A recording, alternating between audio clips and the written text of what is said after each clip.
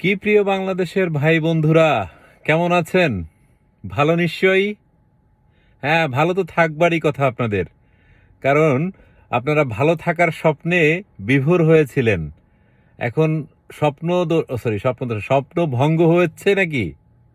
না, স্বপ্ন ভঙ্গ হলেও কোনো কারণ নাই। কারণ আপনারা তো সারা জীবন স্বপ্ন ভঙ্গ নিয়েই থেকেছেন।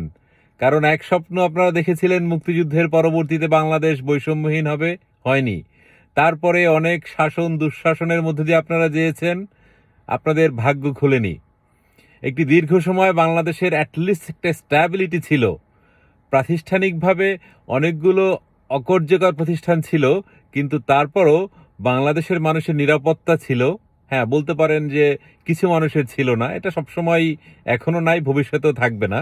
কিন্তু অধিক মানুষের নিরাপত্তা ছিল, মানুষের অর্থনৈতিক সচ্ছলতা ছিল, মানুষের আবাসনের জন্য সরকার কাজ করেছে, মানুষের যোগাযোগ ব্যবস্থা উন্নয়নের জন্য সরকার কাজ করেছে, মানুষের শিক্ষা ব্যবস্থা উন্নয়নের জন্য কাজ করেছে। বাংলাদেশের সর্বোপরি সারা পৃথিবীতে একটি সুনামের সাথে বুক গর্ব করে সারা পৃথিবীতে আমরা বেড়াতে পারতাম, সে বিষয়টি ছিল। কিন্তু এখন যারা আমেরিকা যেতে পারছেন না, সৌদি আরবেও যেতে পারছেন না, তাদের জন্য বলছি খুব ভালো হয়েছে, খুব ভালো আছেন, তাই না? এখন সৌদি যেতে হলেও আপনাদের ভিসা লাগে, ইন্ডিয়া তো ভিসা দিচ্ছিই না। থাইল্যান্ডে গেলেও এখন আপনারা ঠেকে যাচ্ছেন।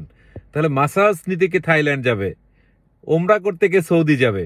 আপনাদের 2 দিন পরে চট্টগ্রাম যেতেও ভিসা লাগবে, এবং সেটা এই যে প্রফেসর ইউনূস সাহেব এবং তার সরকার করছেন, এবং সেটা আপনারাই নিয়ে এসেছেন। তালি দেন, বসে বসে বগল বাজান। না হয় আপনাদের আসলে মনের আশা ভরসা আর পূরণ হবে না, আর আমারও দেখে এত শান্তি লাগবে না। আমি তো অনেক আগেই বাংলাদেশের আশা ভরসা ছেড়ে দিয়েছি। আপনারা তো এখনো বছর ঘুরতে পারে স্বপ্ন দেখছেন। দেখেন, দেখতেই থাকুন অবিরাম। সামনে নির্বাচন, কিন্তু যে নির্বাচন একদম পৃথিবীতে কেউ কোনোদিন দেখে নাই, না বাংলাদেশের মানুষ কোনোদিন দেখে নাই, তেমন নির্বাচন হবে।